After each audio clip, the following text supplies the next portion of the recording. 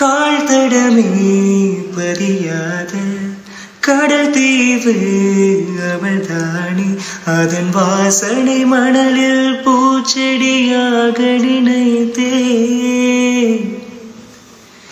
கேட்டதுமே மறக்காத மெல்லிசையும் அவள்தானே, அதன் பல்லவி சரணம் புரிந்தும் மௌனத்தில் நின்றே. ஒரு கரையாக அவள் இருக்க, மறுக்கரையாக நான் இருக்க, இடையில் தனிமை ததும்புதே நதியா. அவளை ஒரு நாள் நான் பார்த்தேன், இதயம் கொடுவென வரம் கேட்டேன்.